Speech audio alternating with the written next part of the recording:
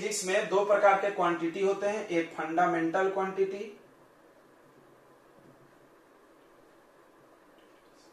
आप नोट्स ले लेना, या नोट्स आपको शायद मिल भी गया होगा, मिल गया था ना पीडीएफ नोट्स।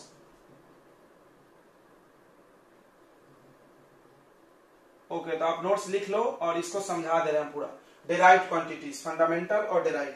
फंडामेंटल क्वांटिटी एकदम फिक्स है 7, दो बाद में और जुड़ा गया था सप्लीमेंट्री। कौन कौन? एक एंगल जुड़ा गया था बाद में, एंगल का यूनिट अभी बता रहे हैं 10 बार, रेडियन, और एक सॉलिड एंगल। एंगल को दो एंगल होता है, एक सॉलिड एंगल और एक प्लेन एंगल। सॉलिड एंगल मतलब 3D का एंगल, जैसे गोले में एंगल स्फीयर में, और सर्कल का एंगल, तो सर्कल का एंगल प्लेन एंगल हुआ ये ऐसा, और गोला स्फीयर का एंगल सॉलिड एंगल हुआ। इसका यूनिट होता है स्टेरेडियन, स्टेरेडियन।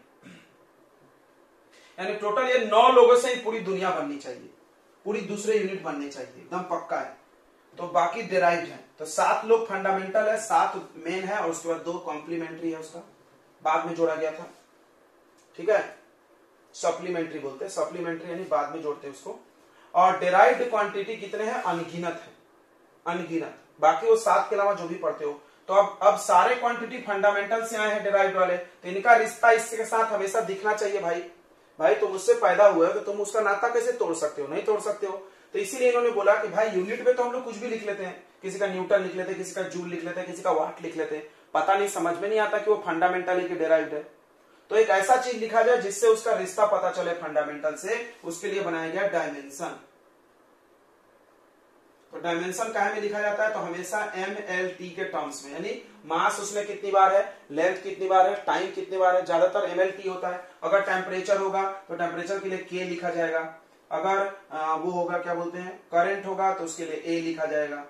ये सब यूज करना है डायमेंशन। मास अगर आएगा, अगर उसके फॉर्मूले में मास का कहीं इस्तेमाल है तो M आएगा, अगर लेंथ का इस्तेमाल है तो L आ जाएगा, टाइम का इस्तेमाल है तो T आ जाएगा डायमेंशन में, और अगर टेम्परेचर का इस्तेमाल है तो K आ जाएगा केल्विन, और करंट का इस्तेमाल है तो A आएगा। ये सब बोला गया। अब उसी तरह लिखा गया। तो अब पूछा गया आपसे डायमेंशन हम लोग देखेंगे। तो डायमेंशन लिखने के लिए बच्चों फॉर्मूला आना चाहिए। अगर आपको फॉर्मूला आता है तो डायमेंशन आ जाएगा, कोई बड़ी बात नहीं है। तो सबसे पहला डायमेंशन पूछा गया है हीट का। अब हीट इज ए एनर्जी, बच्चा जानता है। अब एनर्जी का फॉर्मूला तो हम लोग को पता है कि वर्क और एनर्जी सेम होता है, और वर्क का फॉर्मूला होता है फोर्स इंटू डिस्प्लेसमेंट। ओके, अगर आपको याद है फोर्स कैसे बना है, देखो फोर्स बनता है बच्चों, फोर्स का फॉर्मूला होता है मास इंटू एक्सेलरेशन। मास का तो डायमेंशन m हो जाएगा, क्या बात है। एक्सेलरेशन का फॉर्मूला देखो, डायमेंशन पढ़ने से पूरा फॉर्मूला रिवाइज होता है। एक्सेलरेशन का फॉर्मूला है वेलोसिटी अपॉन टाइम। अबे तेरी की, अब वेलोसिटी का फॉर्मूला क्या है? तो वेलोसिटी का फॉर्मूला है डिस्प्लेसमेंट अपॉन टाइम। तो देखो ध्यान से, length, distance, displacement, height, length, breadth, ये सब एक ही है। क्यों? ये सब में दूरी नापी जाती है, सबको मीटर में नापते हैं। Length, distance, displacement, height, breadth, ये सब मीटर में होता है। मतलब इसका डायमेंशन क्या होगा? L। क्यों L हुआ डिस्टेंस का डायमेंशन? क्योंकि वो एक्चुअली लेंथ होता है। What is distance? याद करो डिस्टेंस का डेफिनेशन क्या होता है? पाथ लेंथ, लेंथ वर्ड इसमें था। What is displacement? The shortest distance, यानी ये भी लेंथ हो गया। तो इसलिए L। टाइम का डायमेंशन क्या हो गया? T। तो वेलोसिटी का डायमेंशन कितना आ गया? LT-1। वेलोसिटी का यहां रख दो LT-1। टाइम का डायमेंशन T, तो फिर T ऊपर चला जाएगा तो LT-2 एक्सेलरेशन यहां रख दो। मास का डायमेंशन M और LT-2। आप फोर्स का डायमेंशन याद कर जाओ, बिकॉज बहुत यूज होता है इसका, MLT-2। एक और ट्रिक है कि अगर आपको इसका ऐसा यूनिट आता है, जैसे देखो वेलोसिटी का यूनिट होता है मीटर पर सेकेंड, तो आप इससे भी बना सकते हो। मीटर मतलब लेंथ और सेकेंड मतलब टाइम, बन गया डायमेंशन। ये है यूनिट, ये है डायमेंशन। तो डायमेंशन लिखने से पता चल रहा है कि वेलोसिटी को बनाने के लिए 2 लोग लगे हैं फंडामेंटल वाले। कौन कौन? लेंथ और टाइम। एक्सेलरेशन को बनाने के लिए 2 लोग लगे हैं। कौन कौन? लेंथ और टाइम 2 बार। समझ रहा है? इनका रिश्ता फंडामेंटल से समझ में आ रहा है। इसको बनाने के लिए देखो मास इंटू, देखो ये समझ जाता है, मास इंटू LT-2। तो मास का यूनिट क्या होता है? केजी। L का मीटर पर सेकेंड स्क्वायर। देखो ये मास केजी में किसको नापते हैं? मास को। और मीटर पर सेकेंड स्क्वायर किसका यूनिट है? याद करो एक्सेलरेशन। मीटर पर सेकंड स्क्वायर किसका यूनिट है? एक्सेलरेशन। अगर तुम ऐसे भी याद रखोगे तो डायमेंशन याद रहता है। ये हो गया फोर्स की कहानी बच्चों। तो फोर्स का डायमेंशन आ गया mlt-2, तो लिख दो यहाँ पे mlt-2। डिस्प्लेसमेंट बताओ, अभी बता रहे थे डिस्टेंस, डिस्प्लेसमेंट, लेंथ, हाइट, इस सबका डायमेंशन क्या होगा? l। तो क्या आ गया डायमेंशन इसका? ml2t-2 पावर 2 हो गया ना l का, इसको स्क्वायर ब्रैकेट में लिखा जाता है। दूसरा बच्चों पूछा गया है हीट कैपेसिटी का।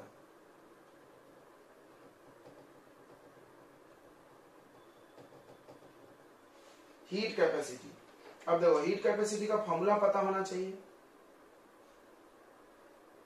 हीट कैपेसिटी का फॉर्मूला पता होना चाहिए। हीट कैपेसिटी का फॉर्मूला है बच्चों mass into specific heat. Mass into specific heat. अब पहले स्पेसिफिक हीट का निकाल लेते हैं, पूछा है ना स्पेसिफिक हीट में।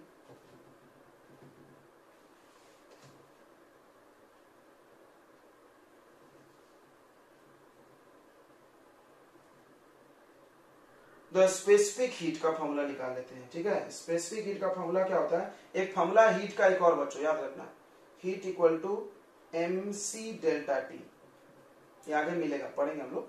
हीट का फॉर्मूला होता है mc डेल्टा टी, जहां पे c होता है स्पेसिफिक हीट। तो यहां से c का फॉर्मूला क्या बनेगा? Heat divided by mass upon increase of temperature. इसका फॉर्मूला बन गया h upon m into delta T. Delta T is not time, temperature. h मतलब हीट, ठीक है, m मतलब मास और डेल्टा टी मतलब इंक्रीज ऑफ टेम्परेचर।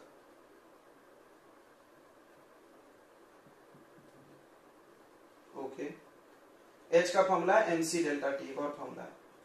अब देखो हीट का भी हम लोग निकाले थे, देखो यूज हो रहा है पुराना mlt-2। कैसे आया था? Force into displacement.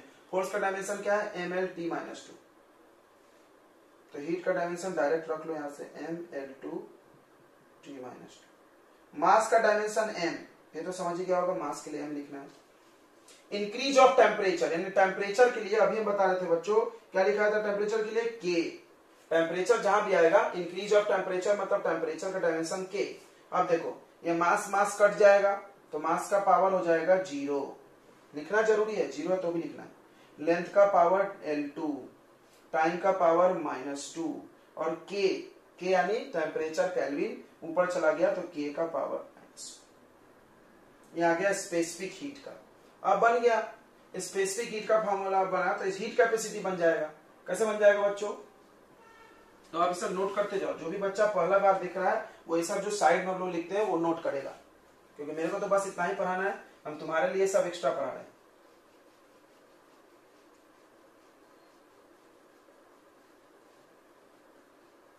ध्यान दे बच्चों।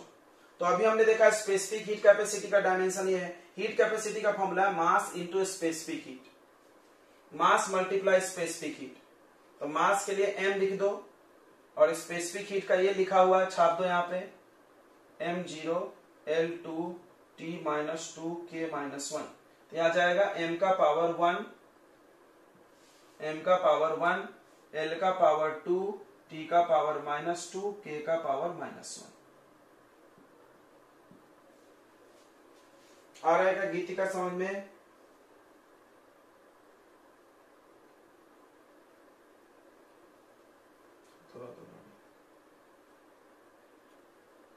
चलो, तो फॉर्मूले आपको अगर याद नहीं है तो कोई बात नहीं, आप उसको याद करना पड़ेगा। ये सबका प्रॉब्लम होता है फॉर्मूला याद करना। फॉर्मूला याद करोगे तो बहुत फायदा भी है, क्योंकि आगे सब फिजिक्स में पढ़ना है। बस यहाँ फॉर्मूला अगर तुमको याद नहीं है तो टेंशन नहीं लेना, फॉर्मूला अपने को अभी याद नहीं भी करोगे चल जाएगा, आगे मिलेगा, सब पढ़ना है इस क्लास। बस आप डायमेंशन निकालने का तरीका सीखो। चलो नेक्स्ट है बच्चों कोफिशिएंट ऑफ थर्मल कंडक्टिविटी। नहीं, अगला लेटेंट हीट है। अगला पूछा है लेटेंट हीट।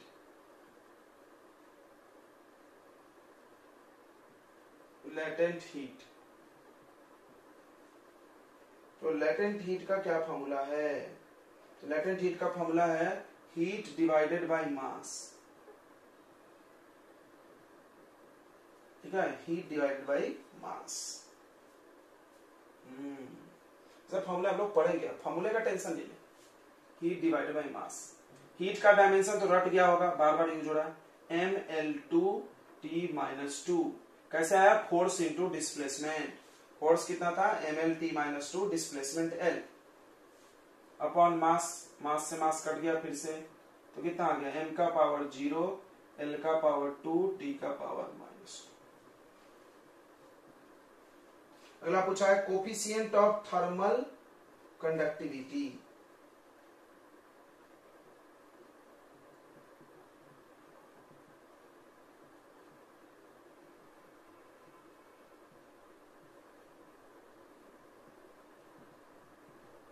इसका सिंबल होता है alpha. Coefficient of thermal alpha Nikki है, तो इसका फॉर्मूला है लंबा सा, हीट इंटू डिस्टेंस। तो फॉर्मूला याद होना चाहिए, heat multiply distance divided by area into time, area into time into temperature difference.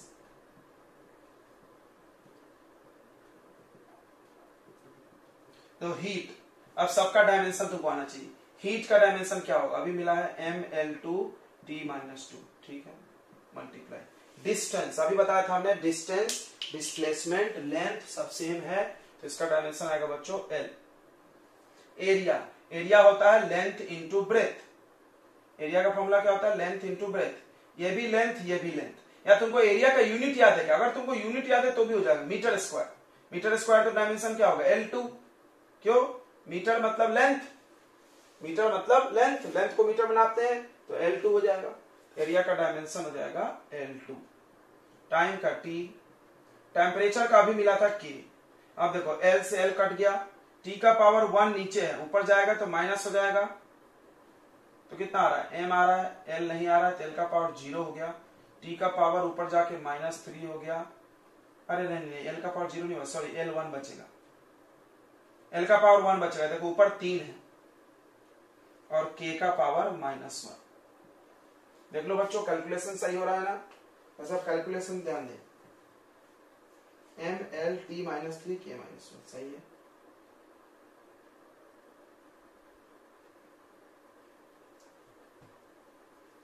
चलो अब अगला क्वेश्चन, अगला क्वेश्चन जो है बच्चों दूसरा क्वेश्चन, ये था डायमेंशन लिखने का, लिख लिया हम लोगों ने।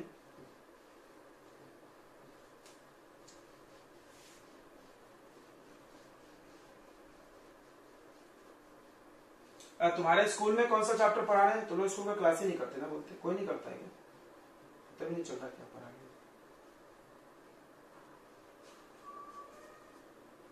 कोई करता है क्लास, एक भी क्लास नहीं किया आज तक। चलो बच्चों, तो अगला क्वेश्चन है आपका असाइनमेंट का सेकंड क्वेश्चन, क्या है, the dimensional formula of some physical quantity are given below. कुछ फिजिकल क्वांटिटी का डायमेंशनल फॉर्मूला दिया है, name the physical quantity related with the term, बताना है किस क्वांटिटी का डायमेंशन है, देखो mL_T-1, ध्यान देना कैसे सोचा जाता है, तो m मतलब हो गया मास, है ना, इस तरह सोचते हैं हम लोग, L लेंथ, और L_T-1 से कुछ याद आ रहा है क्या, याद आ रहा है वेलोसिटी, नहीं समझा, बाप रे बाप नहीं समझा, बाप रे बाप इतना आसान चीज नहीं समझा, तो m मतलब मास है, ये तो पक्का है ना भाई, L मतलब लेंथ, T-1 मतलब length by time, length by time यानी हम बोल सकते हैं डिस्प्लेसमेंट बाय टाइम, बिल्कुल लेंथ और डिस्प्लेसमेंट सेम है, यानी वेलोसिटी। और नहीं समझ रहा, कुछ माथे में भूसा भरा है, तो इतना तो समझ रहा कि वेलोसिटी का यूनिट होता है मीटर पर सेकंड, वेलोसिटी का यूनिट क्या होता है, मीटर पर सेकंड, तो मीटर पर सेकंड के हिसाब से क्या लिखना चाहिए, L_T-1 ही लिखना चाहिए, तो मास इंटू वेलोसिटी, याद होगा आपको ये मोमेंटम है, ठीक है। दूसरा क्वेश्चन, ये तो बता ही देना यार, अभी मिला था mL2T-2, कौन बता रहा है किसका फॉर्मूला यह आपका हीट बोल सकते हो, या वर्क भी बोल सकते हो, या एनर्जी भी बोल सकते हो, तीनों का बोलो, समझ गया, अभी मिला था यार 10 बार, फोर्स इंटू डिस्प्लेसमेंट है। फिर देखो अगला m0L0T-1, एंड t-1 मतलब 1 बाई टाइम, सिर्फ टाइम है। सोचो सोचो किसके फॉर्मूले में 1 बाई टाइम होता है, तो फ्रीक्वेंसी फ्रीक्वेंसी फ्रीक्वेंसी क्या होता है, फ्रीक्वेंसी का फॉर्मूला तुमने पढ़ा होगा, रेसिप्रोकल ऑफ टाइम पीरियड।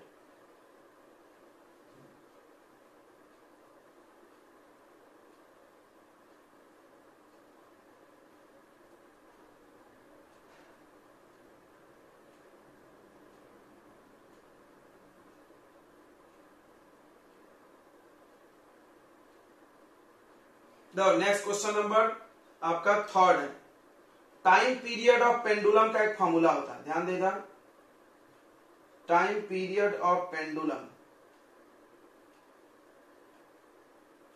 क्या फॉर्मूला होता है, t equal to 2 pi under root L by g. वहां पे छूट गया, वहां पे क्वेश्चन छूट गया बच्चों, आप कंप्लीट कर लेंगे। t equal to 2 pi under root L by g. जो भी पहली बार आ रहा है सुनेगा ध्यान से।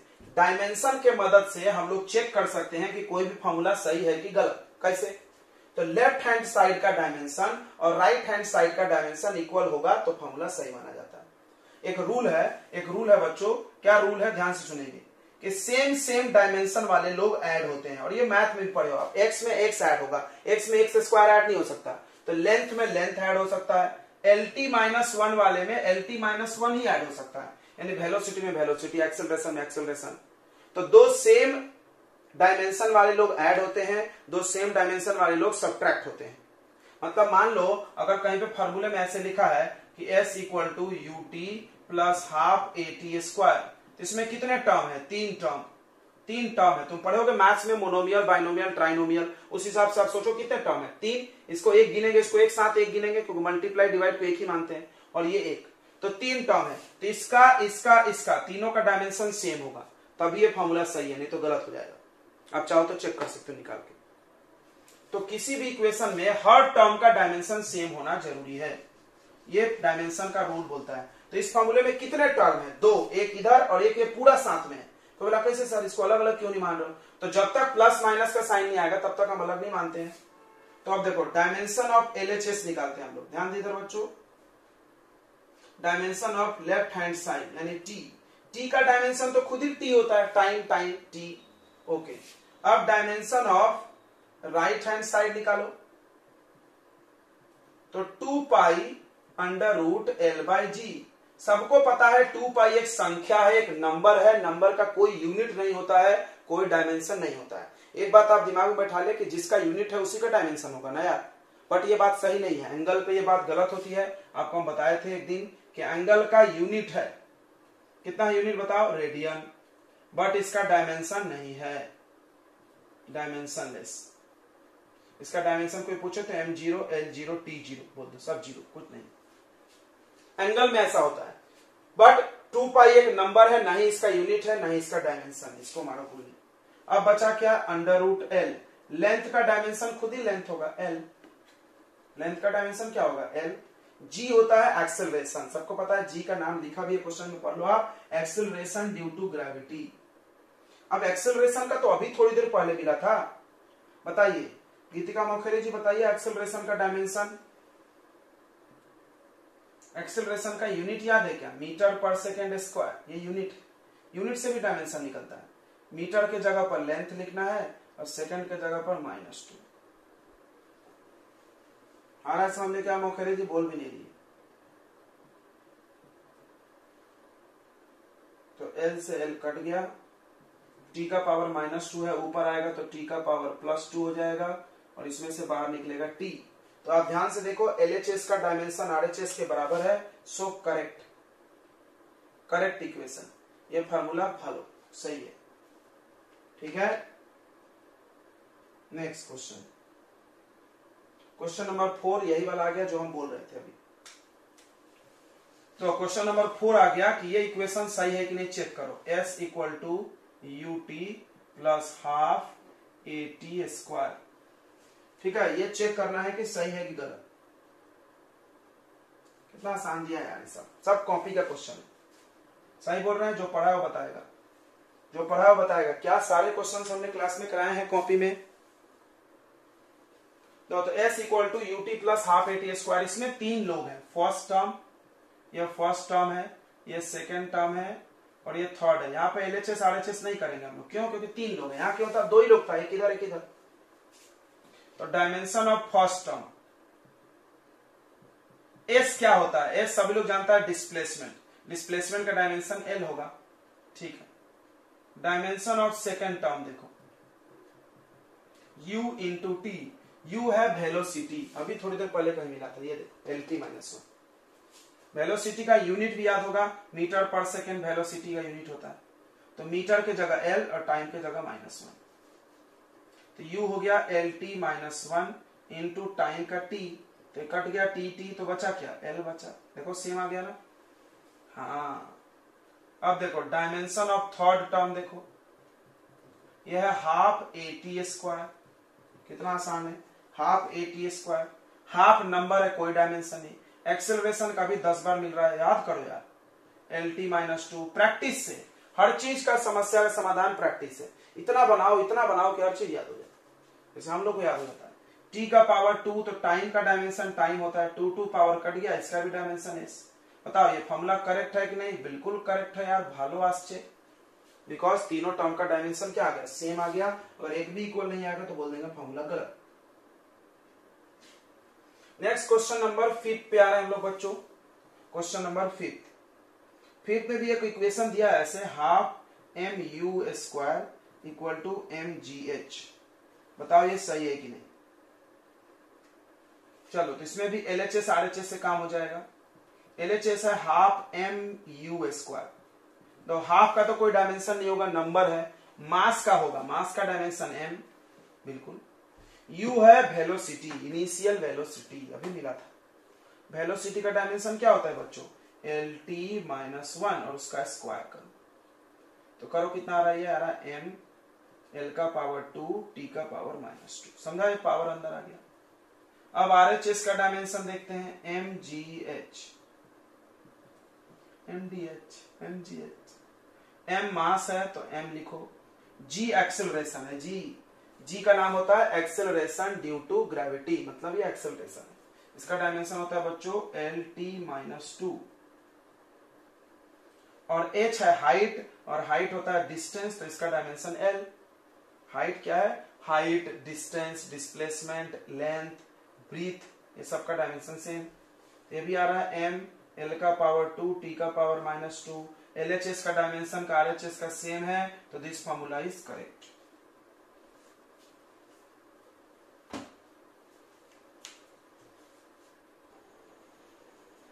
चलो, तो नेक्स्ट क्वेश्चन है,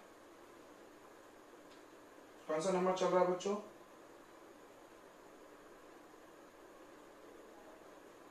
6th नंबर। तो 6th नंबर भी वही है, तो खुद से कर सकते थे। F into S equal to half mu² minus half mv²। इसको चेक करें, सही है कि नहीं? ठीक है।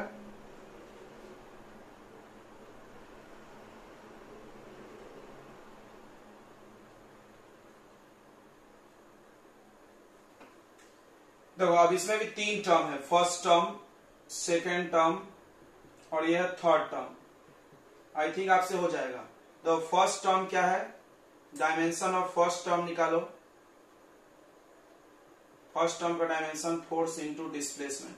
फोर्स का डायमेंशन याद हो गया क्या? जल्दी से बता दो। फोर्स का डायमेंशन है mLT-2 और डिस्प्लेसमेंट का L, तो ये हो जाएगा mL2T-2। अब देखो dimension of second term half mu²। Half, अरे हाफ का तो कोई डायमेंशन नहीं होता, सॉरी। मास का m और u वेलोसिटी है, तो वेलोसिटी का क्या होगा? LT-1 का पावर 2, ये हो जाएगा mL2T-2, सेम आ गया। अब डायमेंशन ऑफ थर्ड टर्म देखो, हाफ mv²। हाफ का कोई डायमेंशन नहीं होता, मास का m और v वेलोसिटी, वेलोसिटी का LT-1 का पावर 2, फिर से आ गया mL2T-2, यानी फॉर्मूला करेक्ट है। This formula is correct. Question number 7 पे आ जाते हैं हम लोग बच्चों।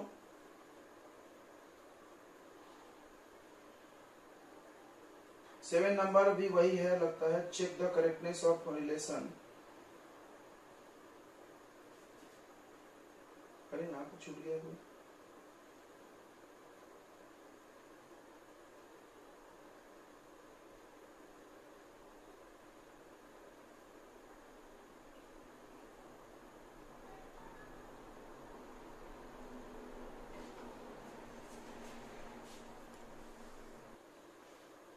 तो ये फॉर्मूला को करेक्ट चेक करना है कि नहीं, आप कर सकते ना, करेक्ट है हम बोल दिए।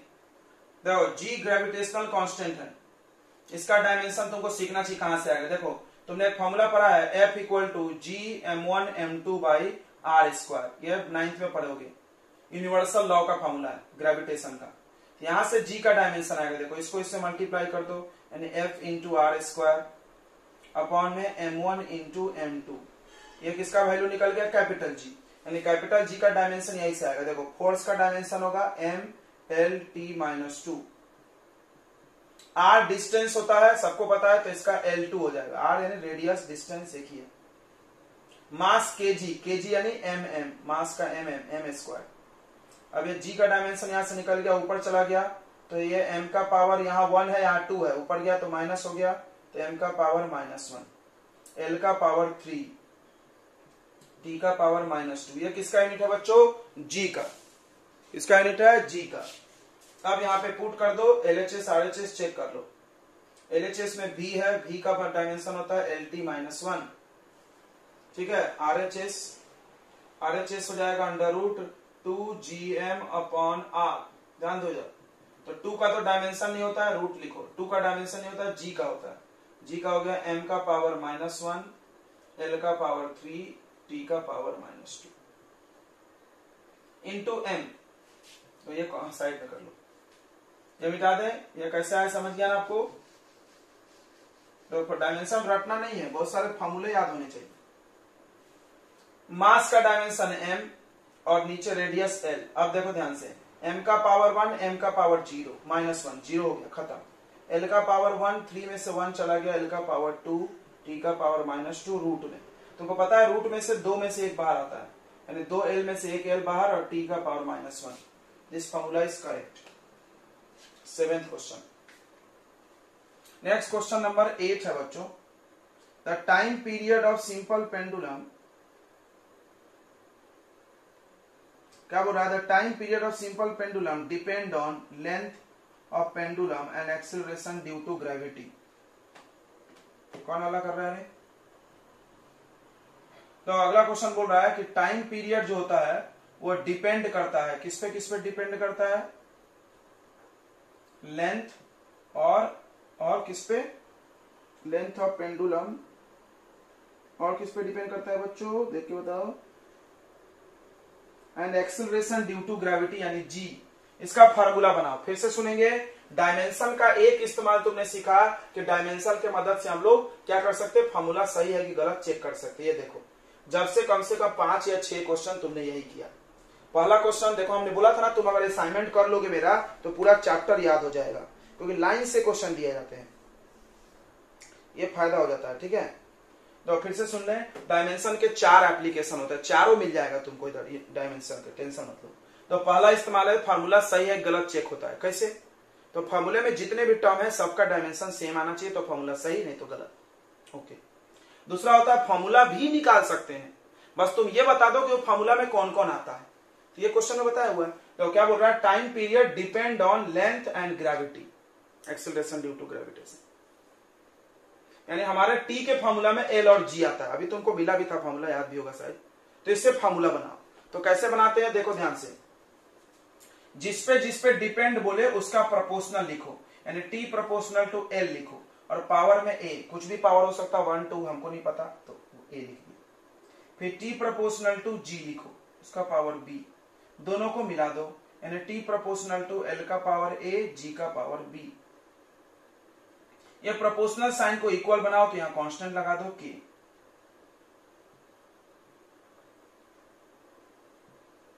अब देखो, अगर हम पावर निकाल लिए ए बी, तो मेरा काम हो जाएगा, फॉर्मूला आ जाएगा, बढ़िया बात है। अब तुम देखो ध्यान से, इसके बाद क्या करो, सबका डायमेंशन लिखो,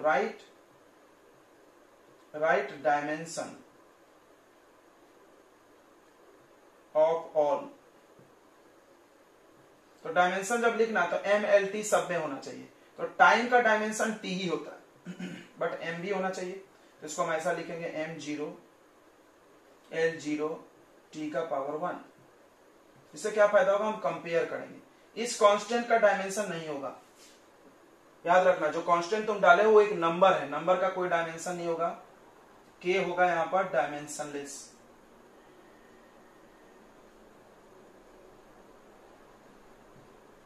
लेंथ का डायमेंशन L होता है, L का पावर A।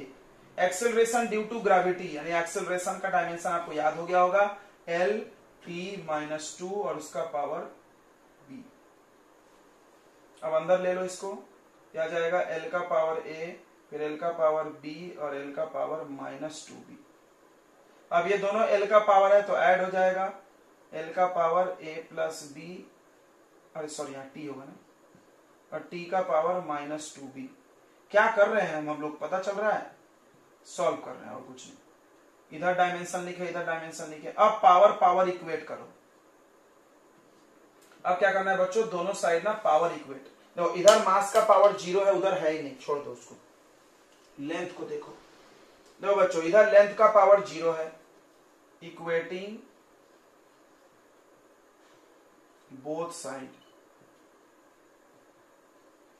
इधर लेंथ का पावर कितना है 0, तो 0 लिखो यहाँ पे, पावर बस इक्वेट कर रहे हैं। और इधर क्या है, लेंथ का पावर A प्लस B। एक इक्वेशन आ गया, दो इक्वेशन दो वेरिएबल बन जाएगा। इधर देखो T का पावर 1 तो 1 लिखो, इधर T का पावर -2B तो -2B लिखो। अब ये डिवाइड में चला जाएगा, अब ये डिवाइड में चला जाएगा बच्चों, तो B का वैल्यू हो जाएगा कितना जाएगा बताओ, -12। बोलो बच्चों समझा कि नहीं समझा, B का वैल्यू कितना हो जाएगा, -12।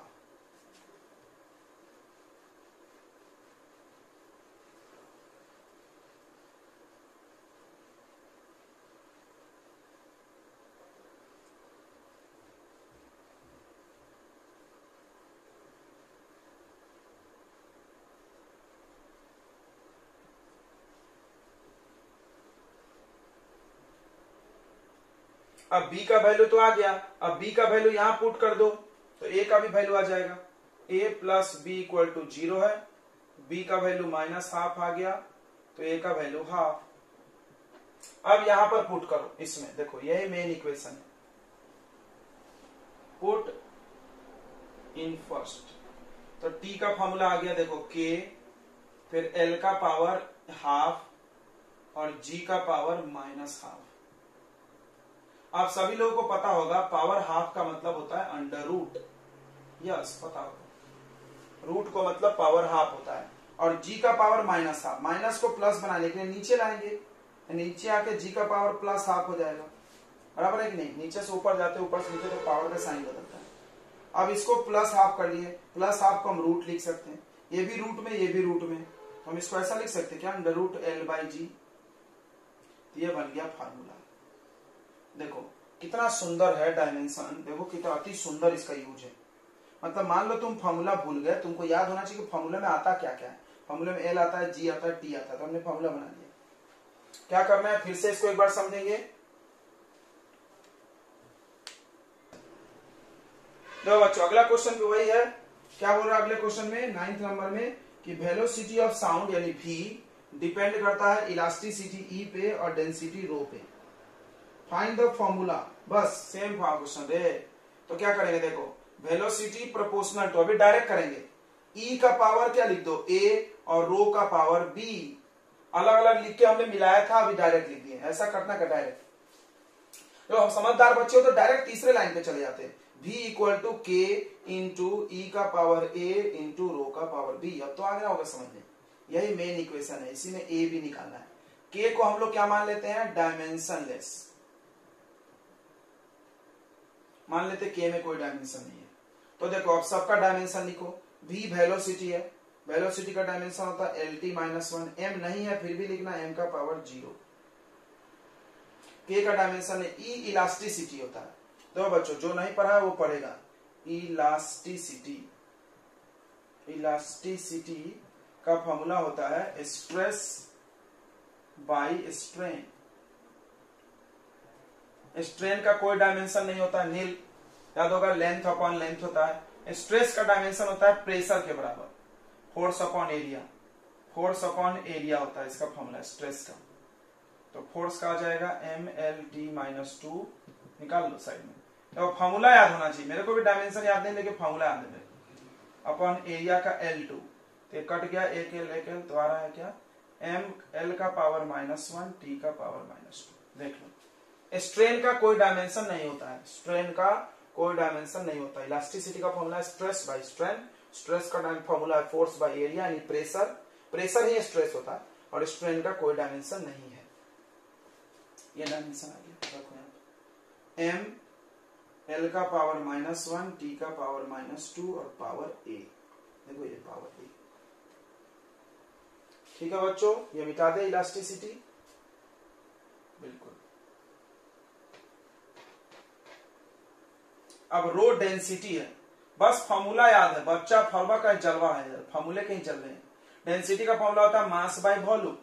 मास का डायमेंशन तो सब लोग जानता होगा m, वॉल्यूम होता है लेंथ ब्रेथ हाइट मल्टीप्लाई, यानी L का power 3, length into breadth into height, 3 बार लेंथ, यह आ गया mL3-, तो लिख दो mL3- का पावर p, अंदर ले लो। इधर देखो m का पावर 0 है, L का पावर 1 है, कुछ नहीं लिखा है तो 1 मानना।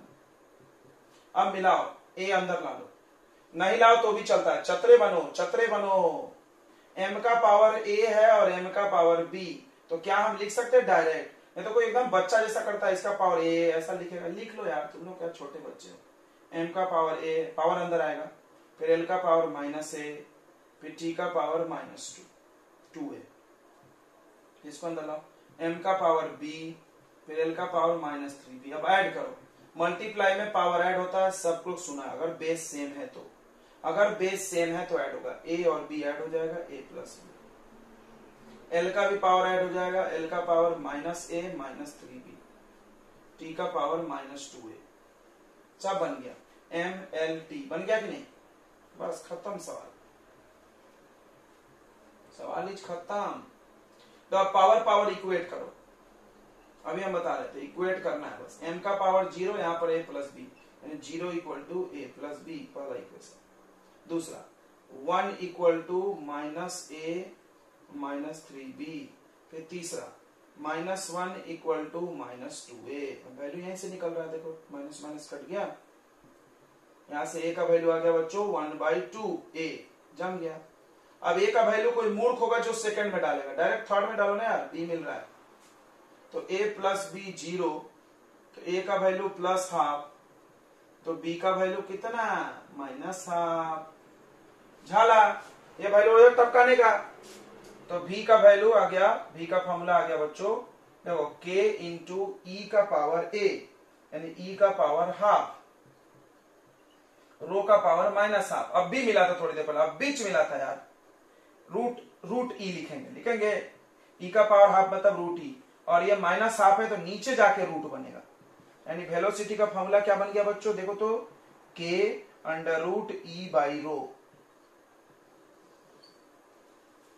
ओके, आई थिंक आ गया होगा समझ में।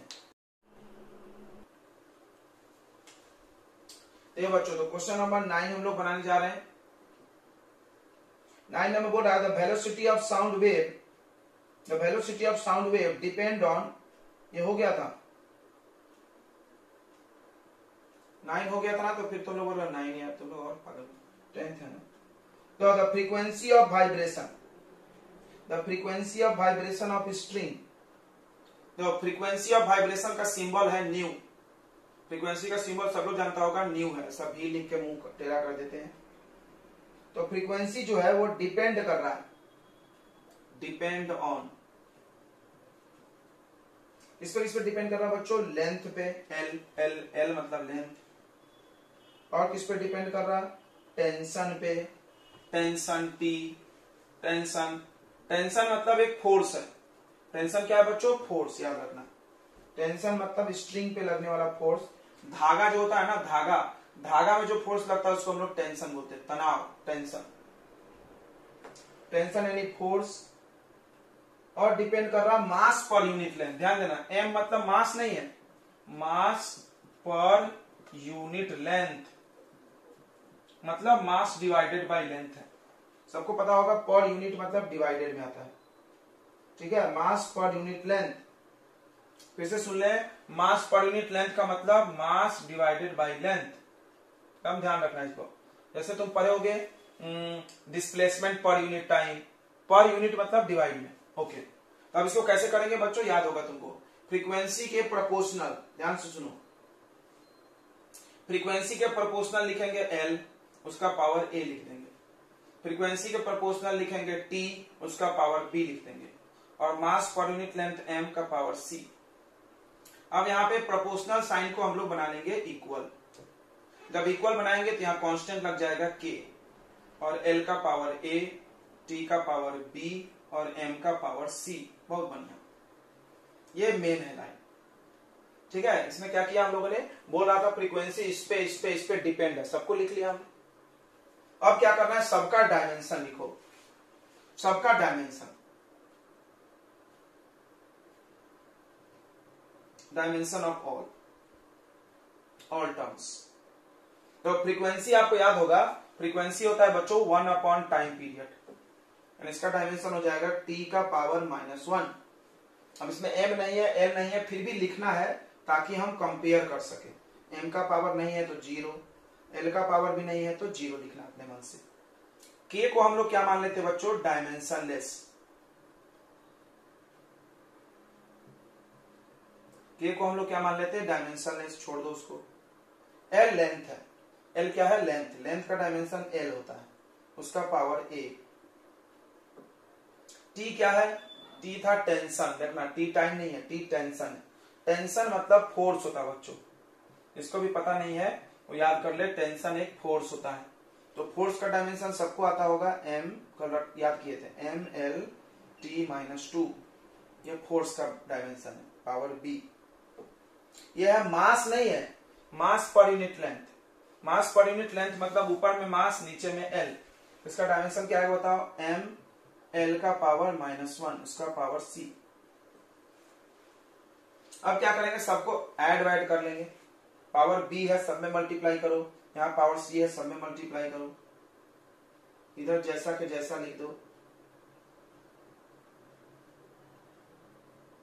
तो एम का पावर, पहले एक लिख लेते, एल का पावर ए, फिर बी अंदर, ए बी अंदर लाओ, तो एम का पावर बी हो जाएगा, एल का पावर भी बी हो जाएगा, टी का पावर -2b हो जाएगा, फिर सी अंदर आएगा, तो एम का पावर सी, एल का पावर -c। अब आप इकट्ठा करो, देखो m का पावर, m का पावर, ये दोनों m का पावर है, तो m का पावर आ जाएगा बच्चों b + c। समझ रहा है ना, मल्टीप्लाई में पावर ऐड होता है। अब l का पावर देखो, यहाँ पे a है, यहाँ पे b है, बस 2 है, अरे यहाँ c भी है, सॉरी तीनों है। तो l का पावर आ जाएगा बच्चों a + b -c, okay. t का देखो बच्चों, t का पावर -2b है बस, ठीक है, ओके। अब m का पावर 0, l का पावर 0, t का पावर -1। अब क्या करना है, कंपेयर करना है, तुलना। देखो इधर m का पावर, इधर m का पावर इक्वेट करो, तो इक्वेटिंग पावर, याद रखना क्या इक्वेट कर रहे हैं हम लोग, पावर्स को इक्वेट कर रहे हैं। तो इधर m का पावर 0 है, इधर m का पावर b + c है, मतलब 0 = b + c, इक्वेशन 1। फिर यहाँ 0 है, यहाँ a b c है, 0 = a + b - c, इक्वेशन 2। यहाँ पर देखो t का पावर -1 है, तो यानी -1 = यहाँ पर t का पावर है -2b। 3 इक्वेशन 3 वेरिएबल आराम से बनेगा। यहाँ से देखो b का वैल्यू निकल रहा है, डायरेक्ट निकल रहा है कि नहीं निकल रहा है बच्चों, निकल रहा है। यहाँ लिख लेते हैं, -1 = -2b, माइनस से माइनस कैंसिल, ये डिवाइड हो जाएगा, 1/2 = b, b निकल गया। अब जो समझदार है समझ जाएगा, b का वैल्यू यहाँ डालेंगे तो c निकल जाएगा, और c और b दोनों निकलेगा, इसमें डाल देंगे। चलो इसको पुट करो फर्स्ट में,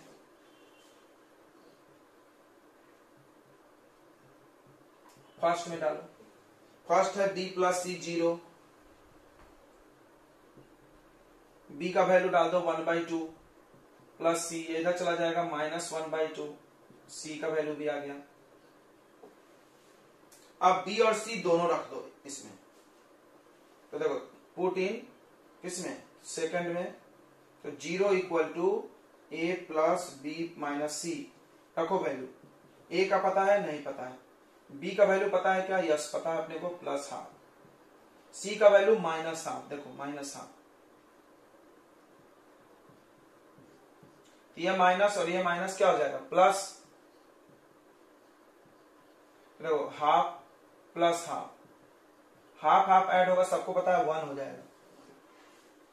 तो 0 इक्वल टू a, यहां देखो ऊपर ऊपर ऐड होगा 1 + 1 2/2, 2/2 कैंसिल हुआ 1, इसको इधर ले जाओ -1, a का वैल्यू कितना आ गया -1, जम गया। अब क्या करना है, इस a b c को यहां रख देना है, पावर बन गया फॉर्मूला, यही है ना फॉर्मूला आपका, a b c को यहां पे पुट कर दो, बस बन गया फॉर्मूला, ठीक है। हाउ, तो frequency equal to k into a का मतलब कितना है बच्चों बताओ, -1, b का पावर सॉरी t का पावर b है, b का वैल्यू कितना है half,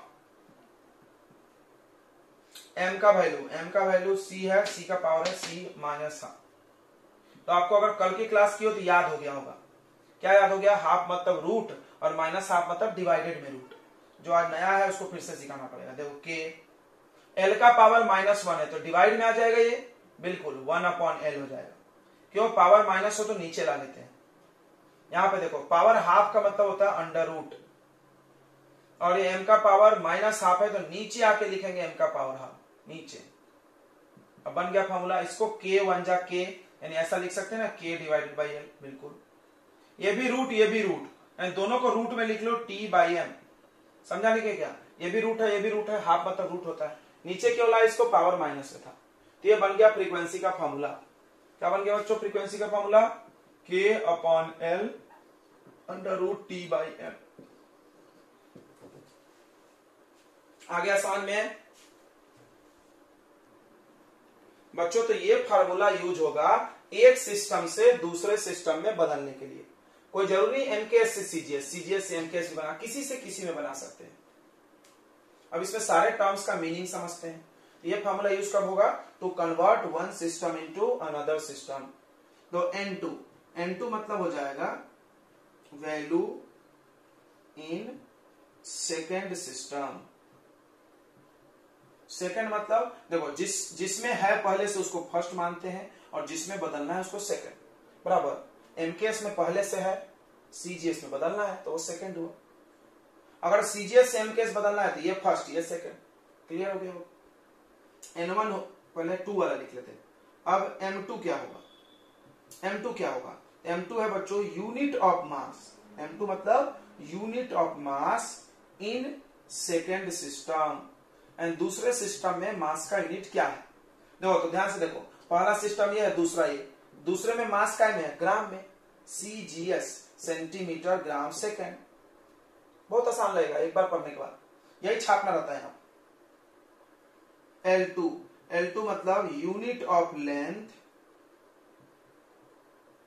in second system, and दूसरे सिस्टम में लेंथ का यूनिट।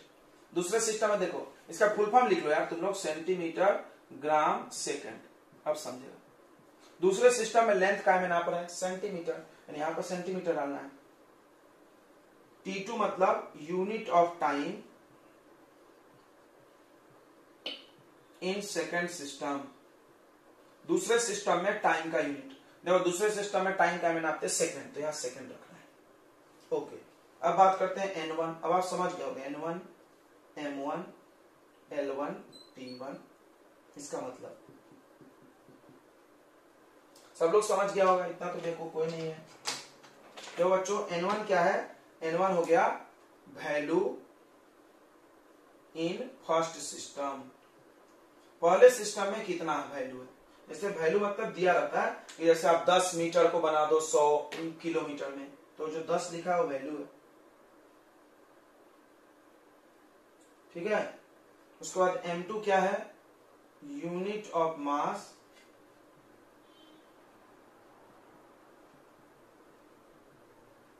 हाँ बोलिए,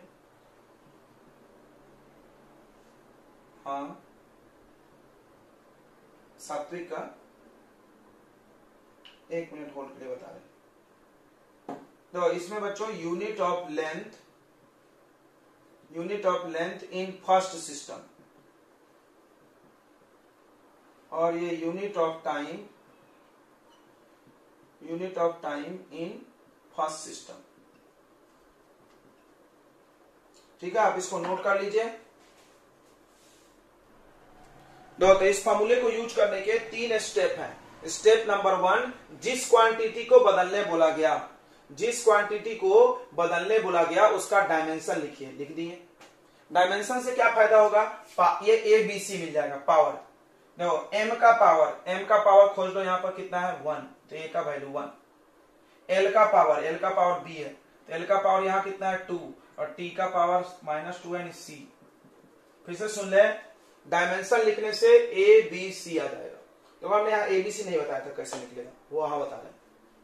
ABC क्या है बच्चों, पावर है। किसका पावर, डायमेंशन का, जो उसके डायमेंशन में आ रहा।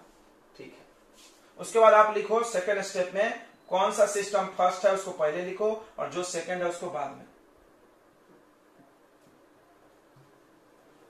MKS से CGS बनाना है। ओके, अब MKS में ध्यान से देखो, MKS में मास का यूनिट क्या होता है, कोई भी बता देगा, किलोग्राम। फुल फॉर्म इसका देखो, मीटर किलोग्राम सेकेंड। तो M1 मतलब हमने क्या लिखा है, देखो तो M1 लिखे यूनिट ऑफ मास का यूनिट ये 2 होगा, या तो ग्राम या तो KG. Unit of mass in first system MKS है, तो यूनिट क्या है, केजी। बहुत आसान है। L1 मीटर और T1 सेकेंड। कितना आसान है यार, क्या किया हमने, इसका फुल फॉर्म लिखे हैं, देखो MKS मीटर किलोग्राम सेकेंड हो गया। अब यहां पर मिल जाएगा M2 L2 T2 CGS, तो ये क्या होगा, सेंटीमीटर, सॉरी ये होगा ग्राम, ये होगा सेंटीमीटर, और ये होगा सेकेंड। बोलो इतना समझ में आ गया। अब सारे वैल्यू को इधर पुट कर दो, तो देखो N2 इक्वल टू N1 कितना है 1, बताया था हमने 1 जूल है समझो। M1 कितना है बच्चों, केजी अपॉन ग्राम का पावर A मतलब 1। ठीक है, L1 बाई L2 मतलब मीटर अपॉन सेंटीमीटर का पावर 2। उसके बाद ये सेकंड अपॉन सेकंड का पावर -2। देखो ये हमेशा कट जाता है, ये हमेशा कट के जाएगा। क्यों, क्योंकि टाइम का यूनिट हमेशा सेकंड है, सेकंड कट गया, ये कट के 1 आ गया। 1 का पावर कुछ भी 1 ही होता था। ये कैसे कटेगा बताओ, ग्राम और केजी को काटना है तो कैसे काटा जाए, बहुत आसान है।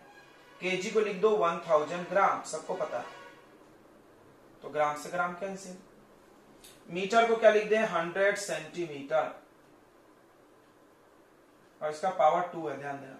ये 1 हो गया, ये हमेशा 1, सेकंड कट जाता है हमेशा 1।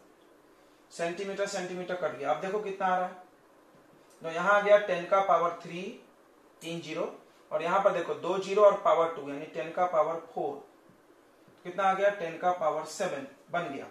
क्या बन गया देखो, ध्यान से देखो क्या बन गया, 1 जूल इक्वल टू डैश अर्ग पूछा था आपसे, तो यहां पर कितना आ रहा है 10 का पावर 7 अर्ग। 1 जूल में 10 का पावर 7 अर्ग होता है। ठीक है बच्चों, बहुत आसान लग रहा होगा आपको, कुछ भी ज्यादा भारी नहीं है। ठीक है बच्चों, क्वेश्चन में क्या दिया है, स्पीड दिया है 332 मीटर पर सेकेंड, इसको बदलना है लेंथ को किलोमीटर में, टाइम को आवर में, मीटर से किलोमीटर, सेकंड से आवर। तो सबसे पहला स्टेप क्या है कि आप जिसको बदलना है उसका डायमेंशन लिखो, लिख दिए। इससे पावर मिल जाएगा ABC। A क्या होता है, मास का पावर, नहीं है तो 0। B क्या होता है, लेंथ का पावर 1। C क्या होता है, टाइम का पावर -1। देखो यहाँ पे दिख गया। ओके, अब फर्स्ट सिस्टम कौन है, जो क्वेश्चन में गिवन है वो फर्स्ट है, जिसमें बदलना है वो सेकंड, यानी ये पूरा फर्स्ट है और ये सेकंड। तो फर्स्ट सेकंड में सिस्टम में मीटर सेकंड दिख रहा है, एंड लेंथ का वैल्यू है मीटर में L1, और टाइम का वैल्यू है सेकंड में। जिसमें बदलना है वो 2 होता है, तो किलोमीटर और आवर। अब इस फॉर्मूले में वैल्यू रख दो, तो N2 इक्वल टू N1 कितना है बच्चों 332 बढ़िया। M1 M2 नहीं पता, M1 M2 नहीं पता तो ऐसे ही लिख दो, कोई मतलब ही नहीं है, या लिखो ही मत। क्यों? एनीथिंग टू द पावर 0 1, किसी भी चीज का पावर 0 कितना हो जाता है 1। तो अगर नहीं भी लिखेंगे तो कोई दिक्कत नहीं होगा, ठीक है बच्चों। अगर हम लोग नहीं भी लिखेंगे तो कोई दिक्कत नहीं होगा।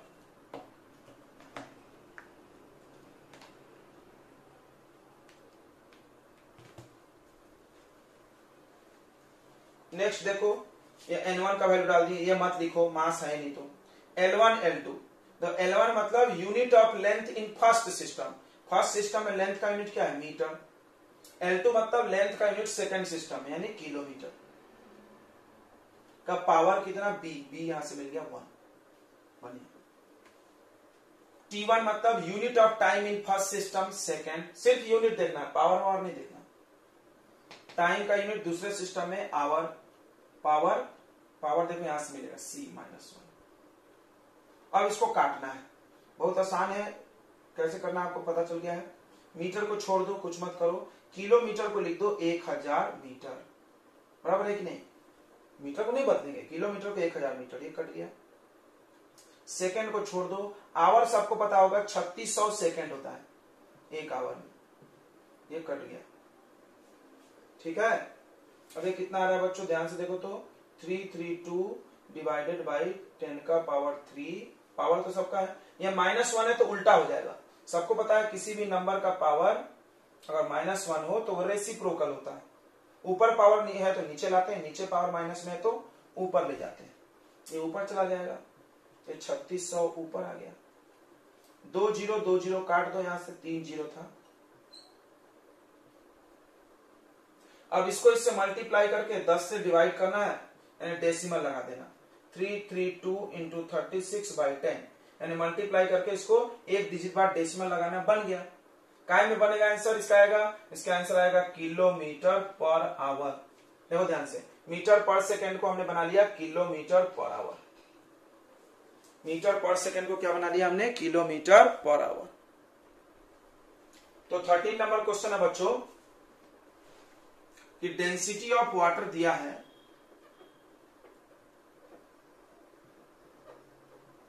1 ग्राम पर सेंटीमीटर क्यूब, ऐसा कन्वर्ट इनटू SI,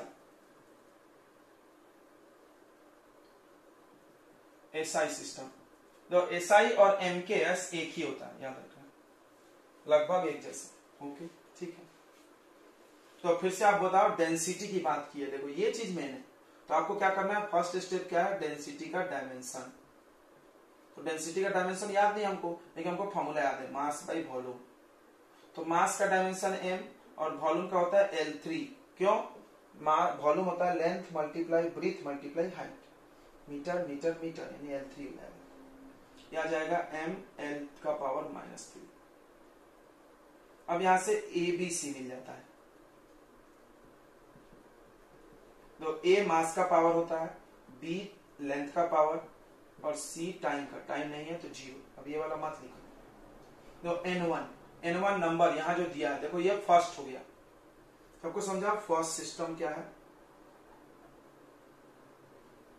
तो फर्स्ट सिस्टम में नंबर मिल गया अपने को 1। ग्राम किसका यूनिट होगा बताओ, मास का, तो M1 मिल गया G, समझ रहा है, उसमें देखना है बस। सेंटीमीटर, सेंटीमीटर, तो वहां पे सिस्टम नहीं लिख के दिया है, तो इन्होंने लिख के दिया। सिस्टम लिखना कब पड़ेगा, जब डाइन वाइन लिखा रहेगा, पता नहीं चलता है। अभी तो लिखा है ना ग्राम सेंटीमीटर, तो हमको डायरेक्ट पता चल रहा है, लेंथ का यूनिट है सेंटीमीटर, वहां दिख रहा है। अब सेकंड सिस्टम आपका SI है, SI में कुछ नहीं लिखा, क्यों नहीं लिखा, क्योंकि आपको पता है SI, इसीलिए नहीं लिखा उन्होंने, ये तो लिखते हो बदलो केजी में, काय में।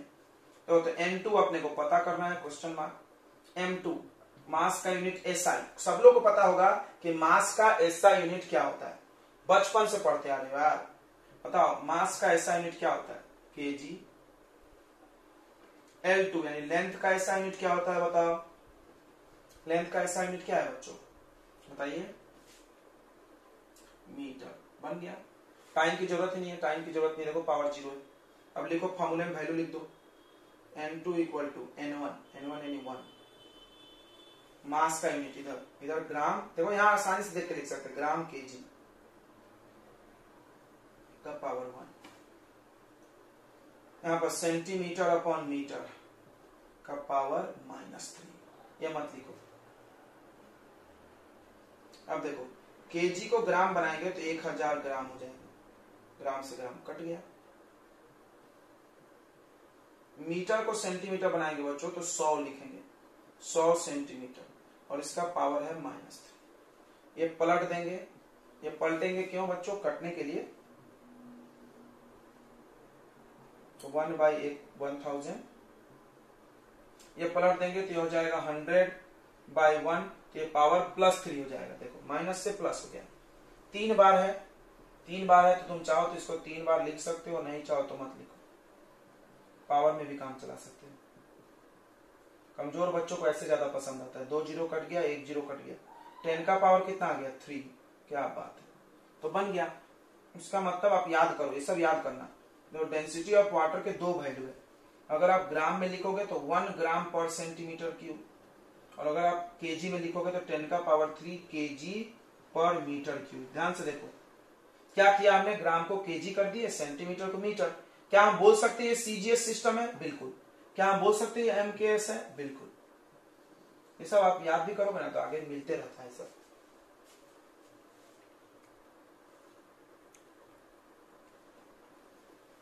चलो बच्चों, तो क्वेश्चन है कि 1 कैलोरी को इतना दिखाना है नए सिस्टम में, यानी हम बोल सकते हैं 4.2 जूल को दिखाना, बिल्कुल।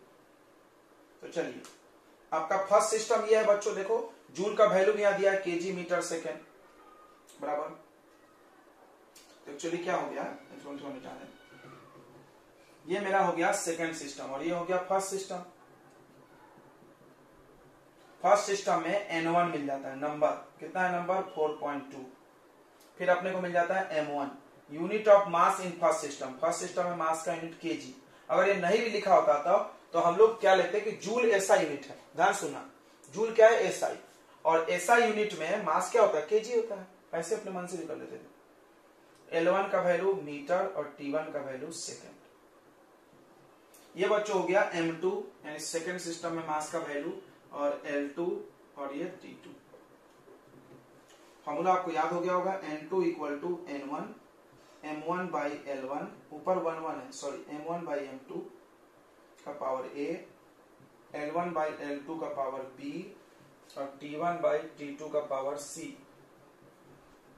ये पावर्स कहां से आते हैं बच्चों? डायमेंशन से। तो फर्स्ट स्टेप इज आप डायमेंशन लिखे एनर्जी का। एनर्जी का डायमेंशन आपको याद होगा बच्चों, ML2T-2। यहां से आपको ABC मिल जाएगा। A का वैल्यू 1 मास का पावर, B का वैल्यू 2 लेंथ का पावर, C का वैल्यू -2। यहाँ पे पुटअप करें, देखो बहुत आसानी से बन जाएगा। N2 equal to N1 first system में वैल्यू 4.2। M1 मतलब मास का यूनिट फर्स्ट केजी में, केजी। सेकेंड केजी में है अल्फा केजी। जैसे हम लोग नहीं क्या 100 लिख देते ग्राम, ऐसा उसी तरह केजी से केजी कट गया, पावर 1। अब देखो ध्यान से देखना बच्चों, फर्स्ट सिस्टम में L1 यानी फर्स्ट सिस्टम में लेंथ का यूनिट मीटर, सेकेंड सिस्टम में लेंथ का वैल्यू बीटा मीटर, पावर कितना है 2 मीटर से मीटर कट जाएगा। T1 यानी फर्स्ट सेकेंड में टाइम सेकेंड, और सेकेंड सिस्टम में टाइम है गामा सेकेंड, पावर -2। तो सेकेंड से सेकेंड कट गया। अब देखो तो बच्चों क्या बच रहा है, ध्यान से। तो यहां बच रहा है N2 equal to 4.2 1 by alpha, okay. फिर यहाँ पर 1 बाई बीटा का स्क्वायर, और यहाँ बच रहा है 1 बाई गामा का पावर -2। अब ऊपर लाओ सबको, ऊपर लाने पे सबको पता है पावर का साइन चेंज होता है। तो अल्फा का पावर -1, बीटा का पावर -2 हो जाएगा, पलट देंगे तो बराबर है, पलटने साइन बदल, ये पलटोगे तो साइन बदल के गामा का पावर +2 हो जाएगा। ठीक है बच्चों, तो ये था आपका आंसर, समझ में आ गया होगा। चलो बच्चों, ये क्वेश्चन है, देखो ये क्वेश्चन दिया है, डिस्प्लेसमेंट दिया है, डिस्प्लेसमेंट y है, यहाँ पे a sin थीटा। अब आप बताओ ये थीटा की जगह पर है, बिल्कुल ये एंगल है, क्या एंगल का कोई डायमेंशन होता है? नहीं, एंगल होता है डायमेंशनलेस। डायमेंशनलेस का मतलब उसका कोई डायमेंशन नहीं आना चाहिए। इसके अंदर दो लोग हैं, ये और ये, दोनों को माइनस किया गया है। कोई भी चीज को प्लस या माइनस तभी करते हैं, हमने बताया था, जब दोनों का डायमेंशन क्या हो बच्चों? सेम हो। इसका मतलब इसका डायमेंशन और इसका डायमेंशन सेम होगा। सेम का मतलब सर इसका तो पूरे का कोई डायमेंशन ही नहीं है, इसका मतलब इसका भी और इसका भी कोई डायमेंशन नहीं होगा, तभी तो वो नहीं समझा सर, नहीं समझा। अरे यार देखो ध्यान सुनो, साइन थीटा, क्या एंगल का कोई डायमेंशन होता? नहीं, यानी इस एंगल के जगह पर जो भी चीज लिखा है उसका कोई डायमेंशन नहीं होगा। ठीक है, इस एंगल में दो लोग लिखे हैं, दोनों माइनस में या प्लस में, मतलब इसका और इसका डायमेंशन सेम होगा। तो अगर इसका डायमेंशन मीटर होता और इसका भी मीटर, तो मीटर में से मीटर माइनस करो तो आंसर भी मीटर में आता है। ये तो संभव नहीं है, क्योंकि बोल रहे हैं कि माइनस करने के बाद कोई डायमेंशन आना ही नहीं चाहिए। बताओ ये कब संभव है कि जब दो चीज को माइनस करें कोई डायमेंशन नहीं आए, जब दोनों का कोई डायमेंशन नहीं हो? नहीं समझा। तो अगर, अरे यार बहुत सिंपल है, मीटर पर सेकेंड में से जैसे 20 मीटर पर सेकेंड माइनस 10 मीटर पर सेकेंड, यही माइनस होगा। हाँ, अगर ये मीटर में है माइनस होगा? नहीं होगा। तो ये तो पक्का है कि दोनों का सेम है। ओके, अब हमने बोला माइनस करके ऐसा नंबर आना चाहिए जिसका कोई डायमेंशन नहीं होना चाहिए। ये तभी होगा जब इसका भी कोई डायमेंशन नहीं हो, इसका भी कोई नहीं हो, तो माइनस करके ऐसा नंबर आएगा जिसका कोई डायमेंशन नहीं होगा। बोलो, आई थिंक अब तो आपको आ गया होगा समझ में पक्का। हाँ बोलो जल्दी से, आ गया तो आ गया। यानी देखो, अगर ये एंगल में नहीं होता, ध्यान से सुनो, अगर ये साइन थीटा के जगह पर नहीं होता तो इसका कुछ ना कुछ डायमेंशन आता, बट ये थीटा के जगह पर है तो इस पूरे का मिला करके कोई डायमेंशन नहीं होना चाहिए। तो अब सबसे पहले चीज यहां लिख देते हैं हम लोग, omega T minus K X equal to dimensionless. Dimensionless मतलब M0 L0 T0, कुछ सब जीरो, मतलब यहां पर ओमेगा टी भी डायमेंशनलेस होगा और यहां पर kx भी डायमेंशनलेस होगा।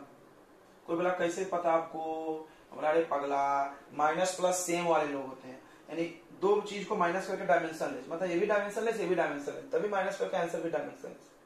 समझ गया होगा? यानी ओमेगा टी का डायमेंशन नहीं है, बट यहां पर तो टी का है, टी टाइम है, तो देखो टाइम का डायमेंशन टी, बिल्कुल आंसर आना चाहिए M0 L0 T0।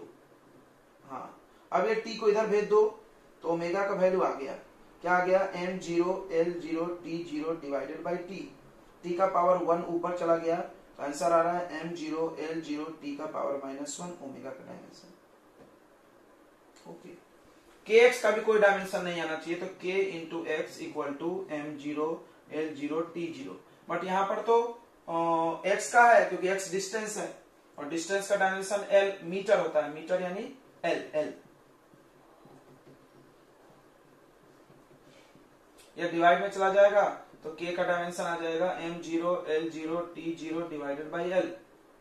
अब ये k का आ जाएगा बच्चों, ऊपर ला लो इसको, तो M0 बिल्कुल, l का पावर -1 लेकिन T0, ये आ गया आंसर। बोलो समझ गया ना?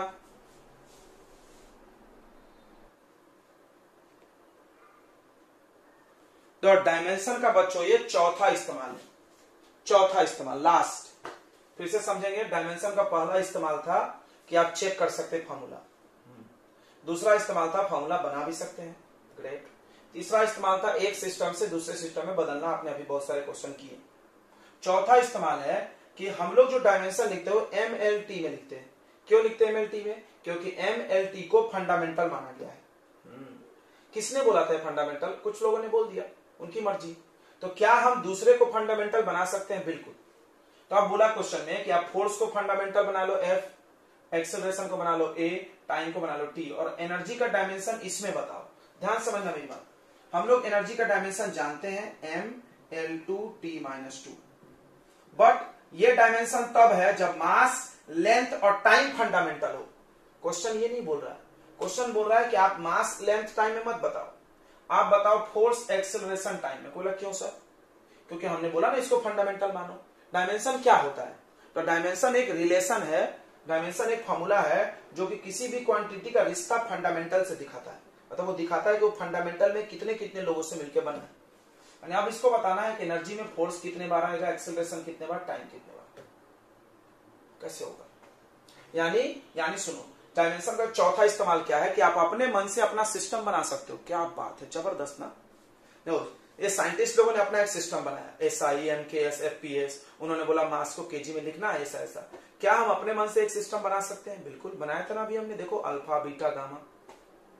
क्या हम अपने मन से एक नया डायमेंशन बना सकते हैं? हो, हम MLT में नहीं लिखे, हम सब चीज को F, A और T में लिख सकते हैं। कैसे सीखते हैं? तो बच्चों आपको अपना नया डायमेंशन बनाने के लिए करना क्या है, बहुत सिंपल है। जिसकी बात की गई है पहले उनका डायमेंशन लिखो, फोर्स का, एक्सेलरेशन का, टाइम का, लिखो डायमेंशन। फोर्स का डायमेंशन होता है MLT-2, एक्सेलरेशन का है LT-2 और टाइम का है T,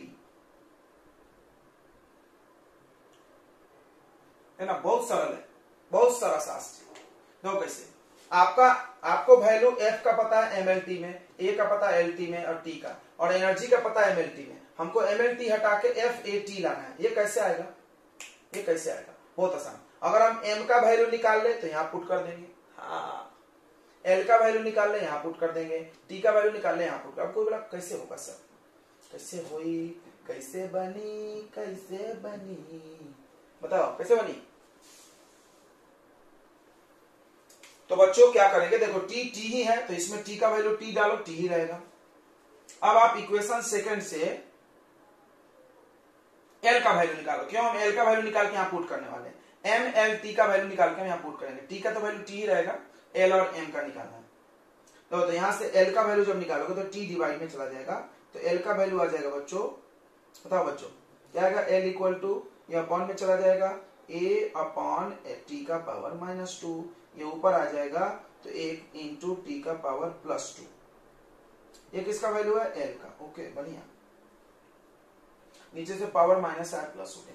अब इस L का वैल्यू यहां पुट कर दो, पुट इन फर्स्ट में देखो F है, M पता है नहीं, L का तो वैल्यू पता है कितना, A/T का पावर -2, फिर +2 और T का पावर 2। क्या बात है, TT तो कट गया, देखो यहाँ +2 है या -2, कट गया 0। अब यहां से F/A, एक इसका वैल्यू आ गया M का, जमा लिया हमने तो काम पूरा। इसको ऊपर लेना था, सॉरी, F इंटू A का पावर -1 M। ठीक है, बाकी लोग को वीडियो आ रहा है बच्चों? ठीक है बच्चों, ध्यान देकर। तो T मिल गया, L मिल गया, M मिल गया, इन तीनों वैल्यू को एनर्जी में पुट कर दो, बन गया सवाल। क्या बात कर दिया सर आपने, बहुत मजा आया। हम अपने मन से एक डायमेंशन, M के जगह क्या डालेंगे, F इंटू A का पावर -1। ओके, L के जगह क्या डालोगे, L के जगह A/T का पावर 2। देखना ध्यान से, A/T का पावर 2 और उसका स्क्वायर भी है, देखो L स्क्वायर। फिर T का वैल्यू तो T है, जम गया, तो F आ गया, A का पावर -1, ये पावर अंदर लाओ, A का पावर 2, T का पावर 4, T का पावर -2, सबको मिला लो। F, A का पावर 2 में से 1 गया 1, T का पावर 4 में से 2 गया 2। देखो ये आ गया एनर्जी का डायमेंशन, काय में बच्चों, F में, A में, T में, फैट हो गया। फिर से सुन ले, बहुत मजेदार है ये, फिर से एक बार इसको समझते हैं।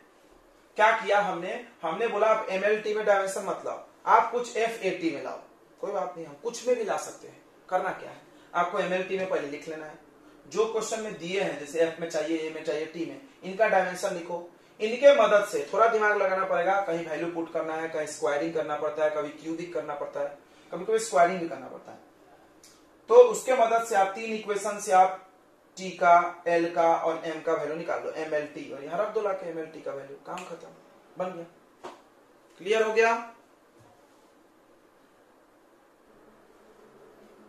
तो बच्चों स्पीड को कितना मान लेना, 1 यूनिट पता नहीं इसलिए यूनिट लिख रहे हैं। टाइम 500 सेकेंड है, टाइम का डायमेंशन T होता है ना। अब करना क्या है, हर चीज का डायमेंशन लिखना है। देखो हर चीज का डायमेंशन, स्पीड का डायमेंशन क्या होता है, स्पीड का डायमेंशन क्या होता है बच्चों, स्पीड का डायमेंशन होता है LT-1, यानी आपको LT-1 का वैल्यू दिया है 1। ओके बढ़िया है। और टाइम का वैल्यू दिया है 500। तो क्या आप इस टाइम के वैल्यू को यहां डाल नहीं सकते? इन दोनों को मल्टीप्लाई कर दो। देखो, हाँ, तो L t का पावर -1 इंटू टी, यहां जाएगा 1 इंटू 500। टी का पावर कट गया तो L का वैल्यू आ गया 500 यूनिट। डिस्टेंस निकल गया 500 यूनिट। यही तो है लेंथ यानी डिस्टेंस, x बन गया। चलो 18 नंबर। 18 नंबर भी आसान है। तो बोला एक x है, x का फॉर्मूला है bt minus bt square, sorry 80, जहां पर x क्या है बच्चों? x है डिस्टेंस और t टाइम है। बहुत आसान, अति सरल। तो अभी एक ट्रिक बताए थे कि डायमेंशन में जितने भी लोग होते हैं सबका डायमेंशन सेम होता है। कोई भी फार्मूला में अगर वो फार्मूला सही है तो हर टर्म का डायमेंशन सेम होगा। तो डायमेंशन ऑफ x, देखना ध्यान से, dimension of x equal to dimension of AT। जम गया। फाइंड करना है a और b का डायमेंशन। x क्या है? डिस्टेंस। डिस्टेंस का डायमेंशन क्या होगा? L। डायमेंशन नहीं पूछा ना बच्चों, देखने दो। फाइंड द डायमेंशन बराबर, और यूनिट भी पूछा है तो पहले डायमेंशन निकाल दे। डायमेंशन ऑफ x, डिस्टेंस का डायमेंशन L होता है। अब a का पता नहीं है लेकिन t का तो पता है, t। अब ये डिवाइड में आ जाएगा तो L upon T equal to a, यानी LT माइनस 1। ये डायमेंशन हो गया a का, ये डायमेंशन हो गया। यूनिट कोई पूछा तो बहुत आसान, यही तो ट्रिक सिखा रहे थे। तो लेंथ का यूनिट क्या होता है? मीटर, और टाइम का यूनिट सेकेंड, मीटर पर सेकेंड। यूनिट डायमेंशन सब एक ही जैसा होता है। यूनिट से डायमेंशन निकाल सकते हैं, डायमेंशन से यूनिट। जहां लेंथ लिखा है वहां मीटर लिख दो, यहाँ टाइम लिखा हुआ सेकेंड। अब इसका कैसे निकलेगा? ये भी x के इक्वल होगा, ये इसके भी इक्वल होगा। तुमको जिससे इक्वेट करना है ये इजी है। Dimension of x equal to bt square, या तुम चाहो तो dimension of AT equal to bt square. a का पता चल गया, रख देना, जैसे करो। तो dimension of x equal to dimension of bt square. x का डायमेंशन L, b का पता नहीं है, t का तो t ही होगा, t का पावर 2। ये डिवाइड करो तो L upon T square equal to b। ये ऊपर चला जाएगा तो L इक्वल टू ऐसा आ जाएगा। ये b का डायमेंशन आ गया। अब बताओ यूनिट कैसे निकलेगा? बहुत आसान, बहुत आसान। लेंथ का यूनिट मीटर, टाइम का यूनिट सेकेंड का पावर -2 बन गया। गुड, ये 18 नंबर क्वेश्चन हो गया। चलो बच्चों नेक्स्ट 19 नंबर करते हैं हम लोग।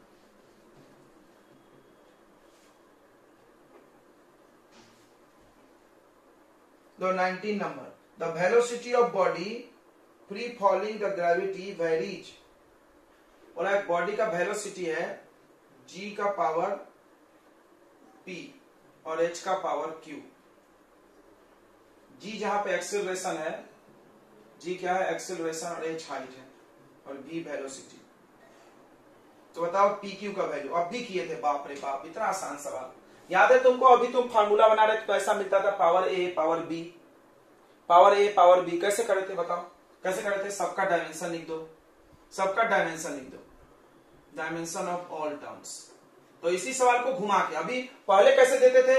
v depend on g, v depend on h, फिर प्रोपोर्शनल लिखो, पावर लिखो। अभी का डायरेक्ट दे दिया इन्होंने। ऐसा याद करो, ऐसा इक्वेशन आता था k में, फिर हम लोग वैल्यू डालते थे, बस वही डायरेक्ट उठा के दे दिया। तो वेलोसिटी का डायमेंशन क्या होता है? LT माइनस 1, m भी लिखना पड़ेगा, m0, क्योंकि जरूरत पड़ती है। एक्सेलरेशन का डायमेंशन बच्चा जानता होगा, LT माइनस 2, 10 बार मिल गया, अभी यहां भी मिला था। यह हो गया power p। h height, height का डायमेंशन L। अब क्या करेंगे? सबको मल्टीप्लाई करके पावर वार को ऐड कर लेंगे। L का पावर p, t का पावर -2p, L का पावर q, m का पावर 0, L का पावर 1, t का पावर -1। अब ये L का पावर ऐड हो जाएगा, p प्लस q और t का पावर -2p। तो m को हटा दिया हमने, m की जरूरत नहीं पड़ रही ना, हटा दो, जरूरत नहीं है ना, m नहीं है इधर। अब इक्वेट करो, पावर इक्वेट करो। तो यहां पावर 1, यहां पर p plus q, first equation. फिर यहां पर पावर -1, यहां पर -2p। देखो तो बन गया, माइनस माइनस कट गया, 1/2 p का वैल्यू आ गया। अब इस p को फर्स्ट में डाल दो, तो 1 इक्वल टू पी का वैल्यू हाफ प्लस क्यू, इसको इधर ला लो, 1 minus half equal to Q, LCM ले लो, 2 1 जा 2 माइनस 1 1/2, पी और क्यू आ गया, काम खत्म। यही पूछा था, वैल्यू भी नहीं रखना है तो रख लो, बट नहीं रखना है, इन्होंने पी क्यू बस पूछा था। ठीक है, ये काम किए थे कि नहीं? देखो क्वेश्चन को घुमाया जाता है इसे।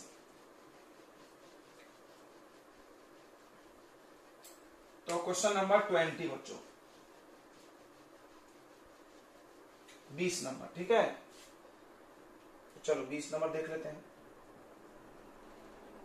A new unit of length, देखो फिर से आ गया नया यूनिट, अभी किया था हम लोग ऐसा सवाल, सेम सवाल रिपीट, 20 रिपीट है, सेम, किसके जैसा सेम है, 500 सेकंड दिया है। क्वेश्चन नंबर 17 और 20 सेम हो गया, टाइम 500 सेकंड, अभी आया था ना आंसर 500 यूनिट, वही वाला है।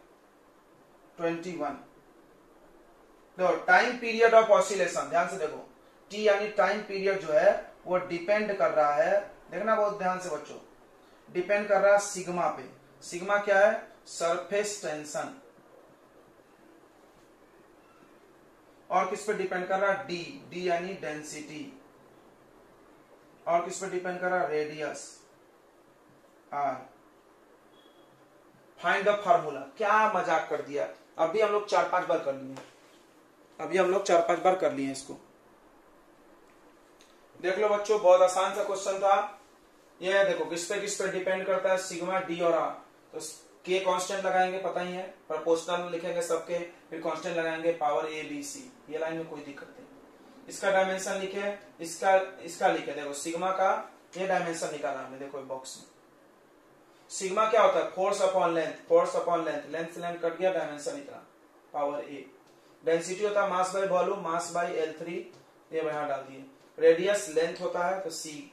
अब m का पावर कलेक्ट कर लो, l का पावर कर लो, t का पावर कर लिए।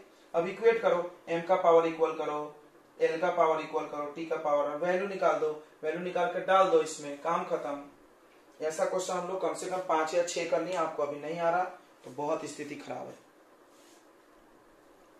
तो बच्चों ये क्वेश्चन है, बोला है एनर्जी m है, E एनर्जी है, मास है, L एंगुलर मोमेंटम है, G ग्रेविटेशनल कांस्टेंट है, फाइंड डायमेंशन ऑफ रो का फॉर्मूला दिया है। बहुत आसान है ना, फॉर्मूला दिया पूछा है।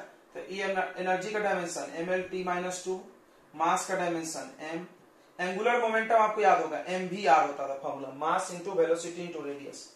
तो इसका डायमेंशन हो जाएगा m, वेलोसिटी का, मास का, वेलोसिटी का LT-1 और रेडियस का l, क्या डायमेंशन आएगा mL2। तो फॉर्मूला याद रहेगा तो डायमेंशन आता है अपने आप। ग्रेविटेशनल कांस्टेंट का डायमेंशन, तो अभी फॉर्मूला तो ऊपर हो गया, F equal to G m1 m2 by R square. यहां से G का डायमेंशन चाहिए, इसको इधर मल्टीप्लाई करो, F into R square upon m1 into m2, इससे F का निकलेगा, G का। तो F फोर्स का डायमेंशन mLT-2, डिस्टेंस का L2, मास का mm 2 बार, तो m ऊपर चला गया, तो यहां से G का डायमेंशन मिल जाएगा अपने को, m का पावर -1, ठीक है, L का पावर 3, T का पावर -2। ओके, सब वैल्यू आ गया, पुट करें। E का value mL2T-2, L angular momentum, इसका डायमेंशन mL2T-1 का स्क्वायर, m का पावर 5 यानी मास का पावर 5, G का पावर 2, इसका पावर 2,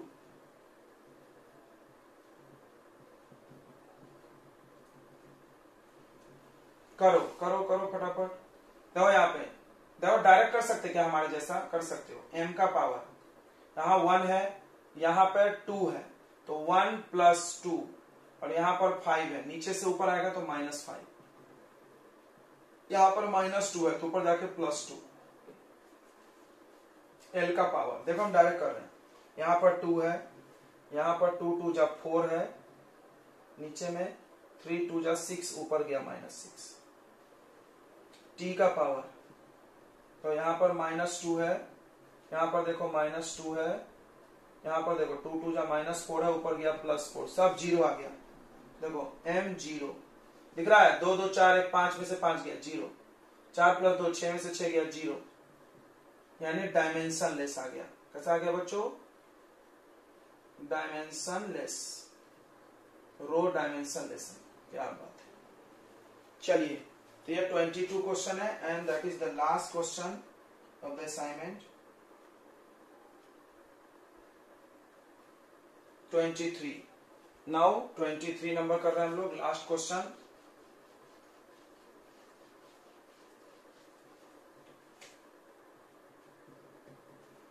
और x का फॉर्मूला दिया है 3yz²।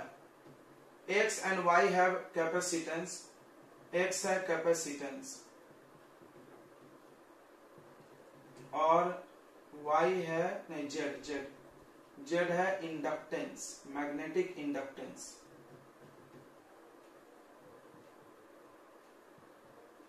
Find the dimension of y। तो अगर सबका रख देंगे तो आ जाएगा नहीं क्या? Find dimension of y। तो आप ये क्वेश्चन कर सकते हैं बिल्कुल। x का डायमेंशन रखो, हाँ,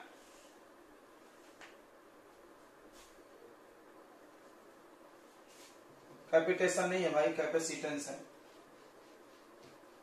कैपेसिटेंस और मैग्नेटिक इंडक्शन के डायमेंशन आप रख दें और आराम से निकल जाएगा। ठीक है, चलिए हम आपको बता देते हैं कैपेसिटेंस और मैग्नेटिक इंडक्टेंस के डायमेंशन।